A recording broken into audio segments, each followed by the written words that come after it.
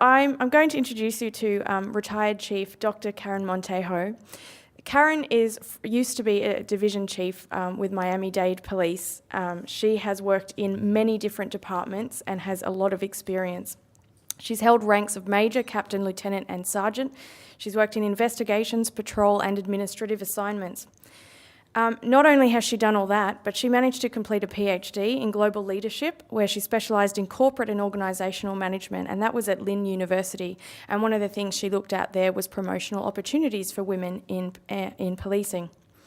So she's also got a Master of Science in Public Administration from St Thomas University in Florida, and did an undergraduate degree in criminal justice at the University of Florida.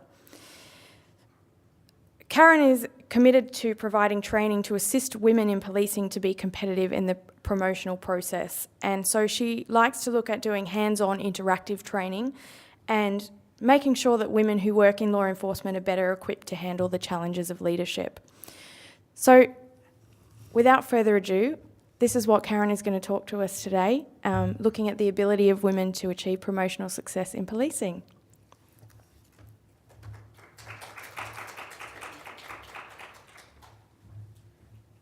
Good afternoon. Thank you for coming. That's a long title for what we're going to talk about today, but most of it has to do with some personal experiences that I had over 30 years in my law enforcement career, and some of it is some of the research that I discovered when I was working on my PhD. So, one of the things that I'd like to talk about is the initial entry into policing and how women got started, and we started with police matrons and prison matrons when we were trying to keep the morality of our young women and children when they were runaways or juveniles or prostitutes and put in jail. So the women were given these social work positions in order to assist the law enforcement men to deal with these children. So that's how we started, and I think that socialization has been just so prolonged throughout our careers that that's what we did in the past and that's what we do in the future. Policing does not change very quickly. The culture of policing is very male-oriented, male-dominated, and just changes very, very slowly. So as we go into, the 60s and 70s and 80s in law enforcement, women were becoming more adept at getting into law enforcement, and so we had the police woman and the police man. And the issue with the police woman was that a lot of times they were assigned to special duties, administrative duties. We were set to the social working, children's divisions, juvenile schools, resources, communications, and then the men were in patrol and all the other normal law enforcement areas that each department has. Well, as women started to continue to want to do more in law enforcement, they had policewoman 1 and a policewoman 2.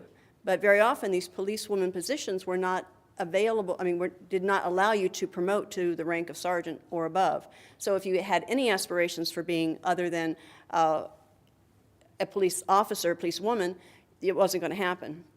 A lot of times the departments had height and weight requirements, that you had to be at least 5'9" and had to weigh at least 130 pounds. And if you didn't do that, then you couldn't be a police officer. So we had to take those people to court, and very many court decisions were made, and there was just no bona fide qualification for that occupation. So what we did, we sued, litigated, we won, and now women were allowed somewhat begrudgingly into police departments. So what about these women? In the 70s, I started in 1978, and there may be some people that weren't born in 1978 in this room, but I was one of a very few women on my department, and I worked in a very large police department. So I would step out of the car to go handle a call, and the person that was at the house I was at would go, "I want a real police officer. I'm not talking to you." I am a real police officer. I was all proud, my badge.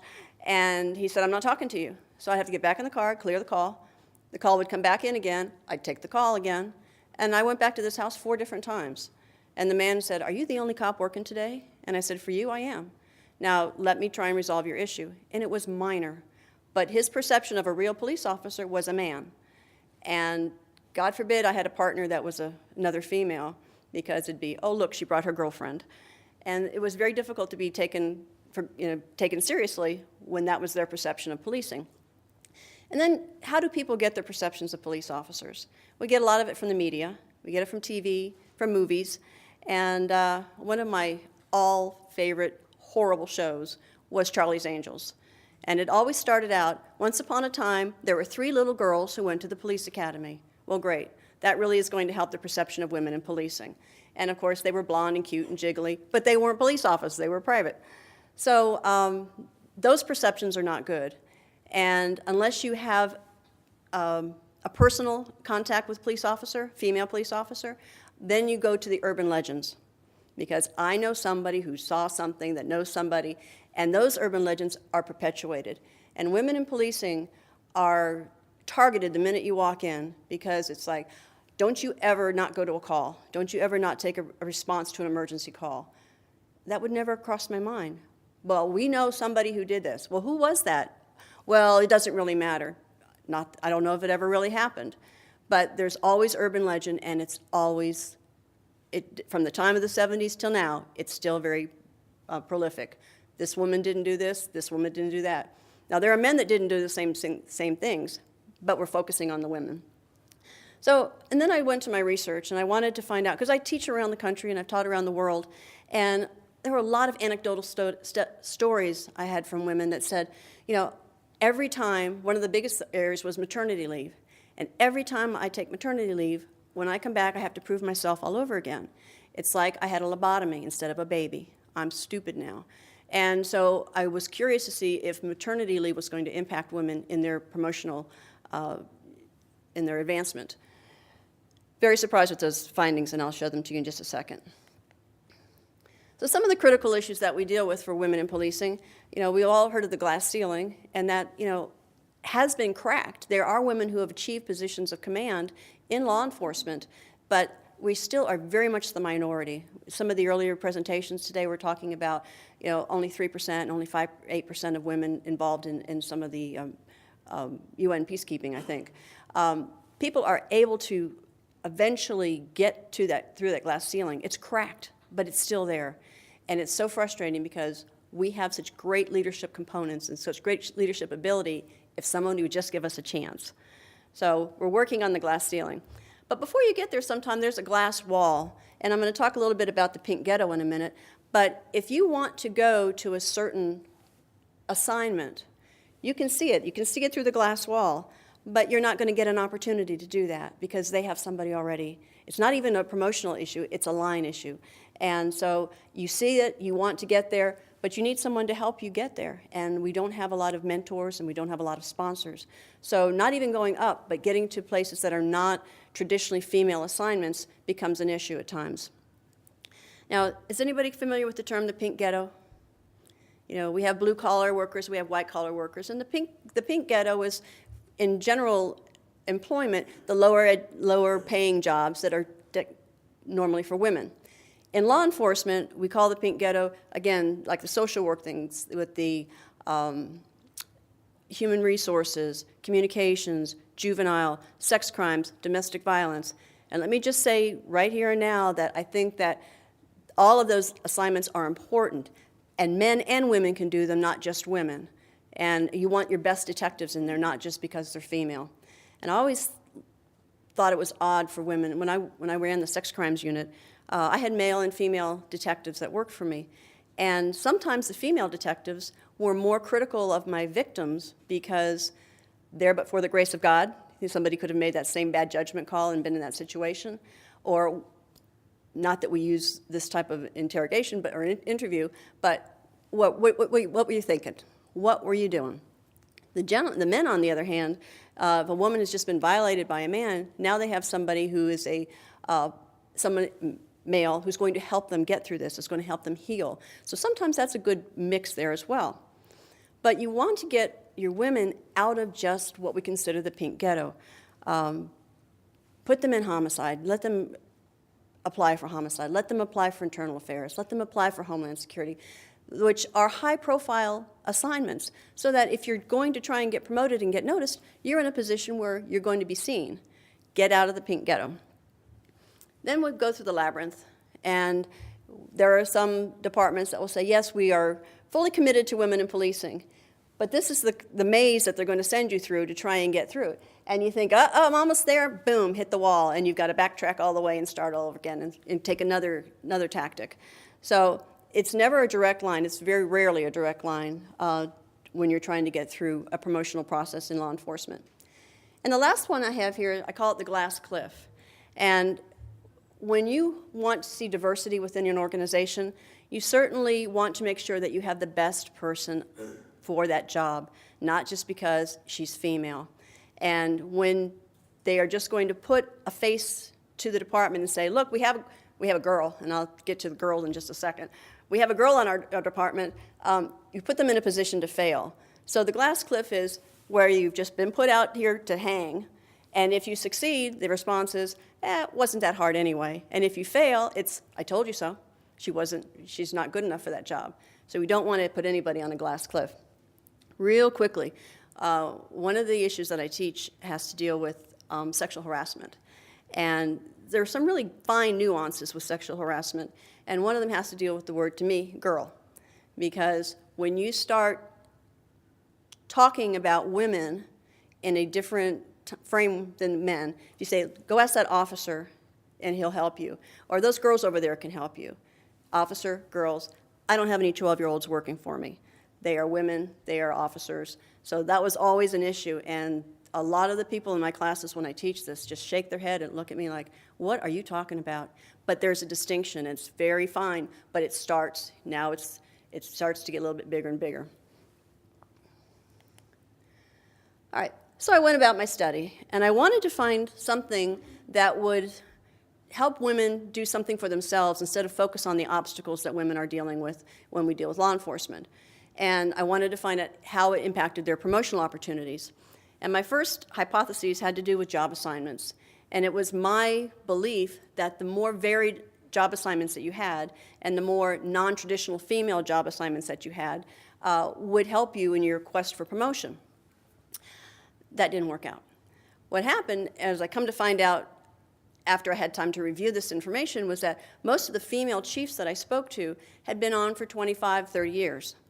Well, go back to the 60s, 70s, and 80s. There weren't a lot of women that were put in these non-traditionally female positions, so they didn't have that opportunity. I had a lot of opportunity, and I thought my experience made me a much better candidate for promotion. So what I did find that there was you had the traditional female, non-traditional, and then I had a varied assignments, which had to deal with patrol, had to do with training. It also had to do with administration. And a lot of the women chiefs were in that varied section, but they were not in the non-traditional assignments. I'm really looking forward to another couple of years, give it about 10 years from the study, to go back and see if these younger women who are just starting their careers or in first-line supervisors or mid-managers, if that has anything to do with their promotional opportunities, their different job assignments. Tenure, it was significant in promotion, but that kind of is like one of those, really, the longer you are, the better opportunity you have for promotion. However, a lot of women in departments ended up having to move from one department to another because they didn't have opportunities available to them, and they had to move on. So their tenure overall was long, but in a lot of departments, especially the smaller ones, it was a little fractured. Then I looked at human capital, and one of the criticisms of women in a lot of occupations, and specifically in law enforcement, is that we don't invest in human capital. We don't invest the time, the money, education into the job that we have, and one of the biggest criticisms, of course, is raising your family. So I went through the study, and I found that women in law enforcement, at least in my study, were very committed to human capital. They all had degrees. Almost 90% of them had college degrees. Half of those had master's degrees. I had some Juris Doctors. I had some PhDs in my study. So they were very much committed to their organization, and they invested a lot in their human capital. There's two types of human capital, and one is called contest mobility, and that's really what you do for yourself in order to move yourself throughout the organization. And then there's that sponsored mobility, which is going to have someone who's mentor you and sponsor you. And we found that in your lower levels, your contest mobility is going to do well for you because you have to prove yourself and you have to test, and that's where you can focus your energies. However, as you're moving up the ranks, you need that sponsored mobility. You need someone to put their arm around you and say, this is the inner workings of this organization. These are the politics. This is what you want to know. It's that good old boy network, but you're not a part of that because you're not one of the good old boys. So you need that sponsor. I mentioned maternity leave. The women who were chiefs in my study said that there was no impact on their promotional opportunities when they were chiefs. And there are some theories that say that's your social role, and some organizations get that.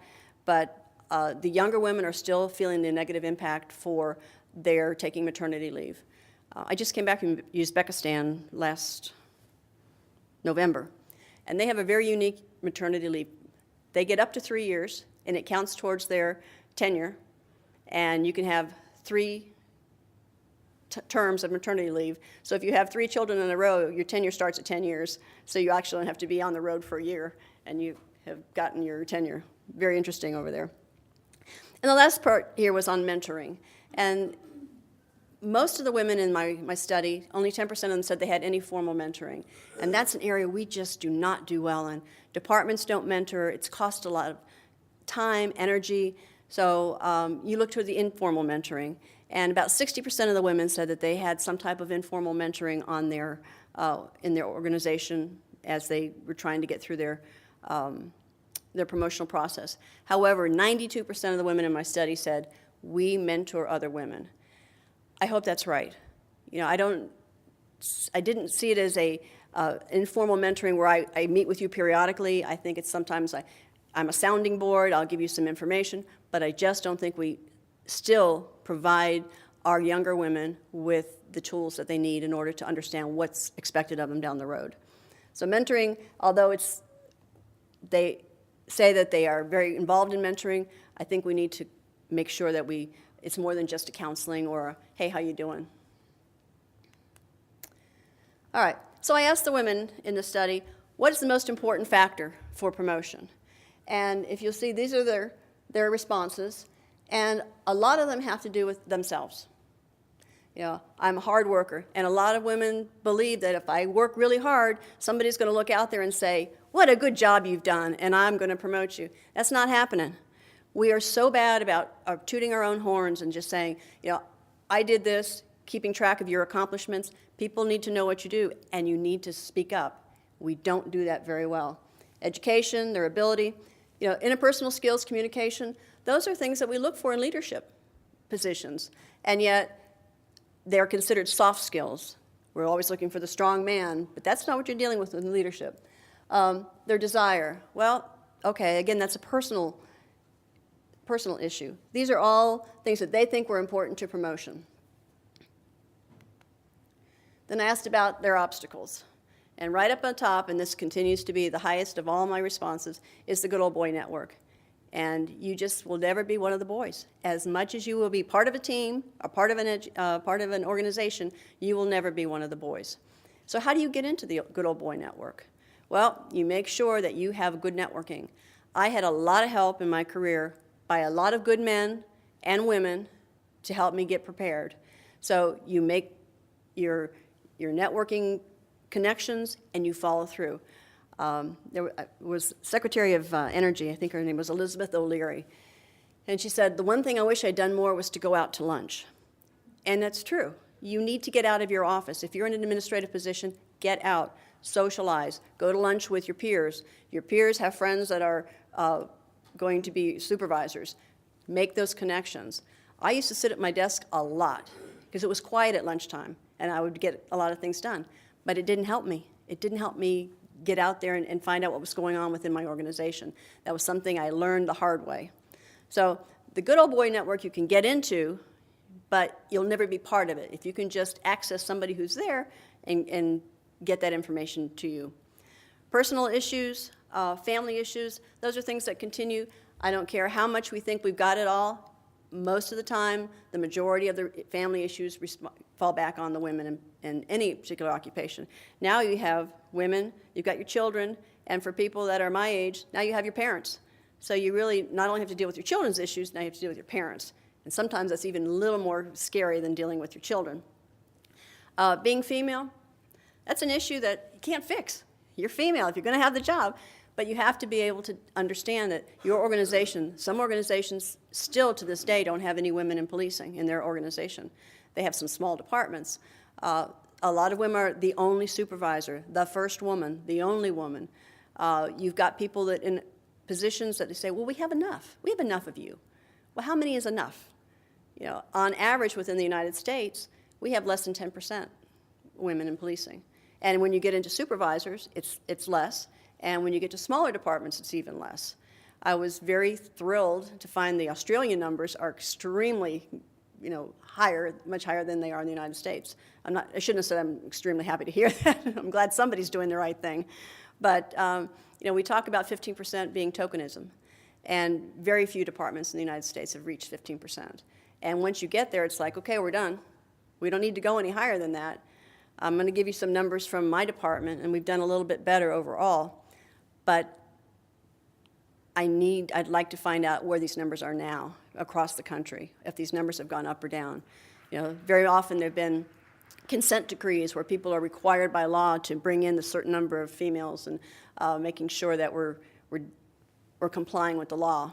So, you know, being female and gender issues are issues that you have to touch base on. Self-doubt, that's on you. You know, you have to believe. I tell women, what's the first thing they should do? Believe in yourself. Because if you don't believe it, nobody else is going to believe it as well. Lack of mentors, seek them out. If you have a question, go ask somebody. We were talking earlier about the gentleman in Kosovo. We love to tell war stories, you know, and so I'll tell you my experiences, good or bad. You'll learn from it, or you'll say, I'm not doing that. So, but ask people. They're usually very willing to talk to you. Small department politics is always going to be an issue because your police department does not work within a vacuum. So the politics always comes into that. All right, this is my department, the Miami-Dade Police Department, and then I got numbers back from 1998, and the first percentage is the number of females in sworn positions, and that's anywhere from police officer all the way to, well, we've only had chief as the highest ranking female. So, but that's the total number of females in those percentages. And you'll see we're right in the 23% mark overall, and we put a 25% goal to try and get that percentage of women in policing in our department. So we did pretty well there. The numbers in red are command staff, and those are appointed positions, anybody that's above the rank of captain, because you test to the rank of captain. So at that point, then they choose whoever they want to positions of major, chief, and assistant director. Never been a sworn assistant director, female. And the numbers are not bad, but you're considering a much smaller number. So there may be 2 out of the command staff. There may be 3 out of 8 or 10 or 12. So the numbers are, I think, a little bit skewed there. You notice in 2010 that we kind of took a really huge dip, and that's because we reorganized the department and budget cuts. So a lot of command staff positions were eliminated, and now they started to rebuild them a little bit. So real quick on the future of women in policing, you know, the perceived skills of women, everybody's always concentrating on your physical. You know, I'm afraid you're not going to be able to fight, and you're not going to be able to handle yourself in a bar fight, and you're not going to be able to handle yourself in a domestic. We do that very well. You know, we have done very well in policing. The research follows it up, but they're always afraid we're going to we're not strong enough. But as you're moving into positions of leadership, you're using your brain, you're using, you know, your knowledge, not your brawn. So, you know, the perceived skills of women are very still the soft skills of communication and interpersonal skills, which we want from a leader. The concern areas, again, it has to do with our physical ability, our size. They said it's difficult to promote women. No, it's not. There are a lot of women. We have a lot of women now coming into police work. So start to groom them.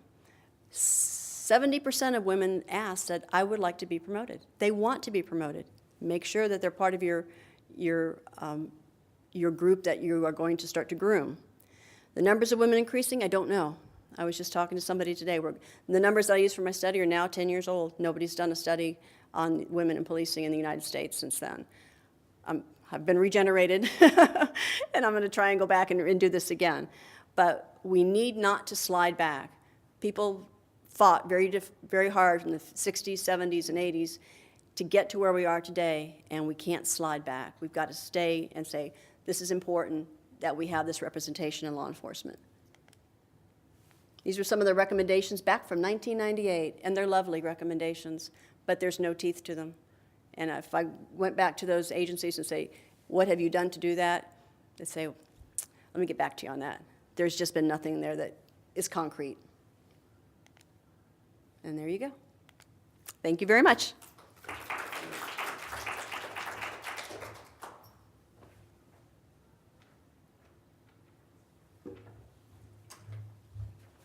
Thank you, Karen. Karen gave a seminar at CEPS the other week, and I think it's great. You know, she brings this personal experience, but then she's gone out and done the academic research to really get us the figures and see what is going on. And I think the fact that when Karen says, you know, the results were not quite what I expected, I think it's really interesting. You know, we sort of tend to have these stereotypical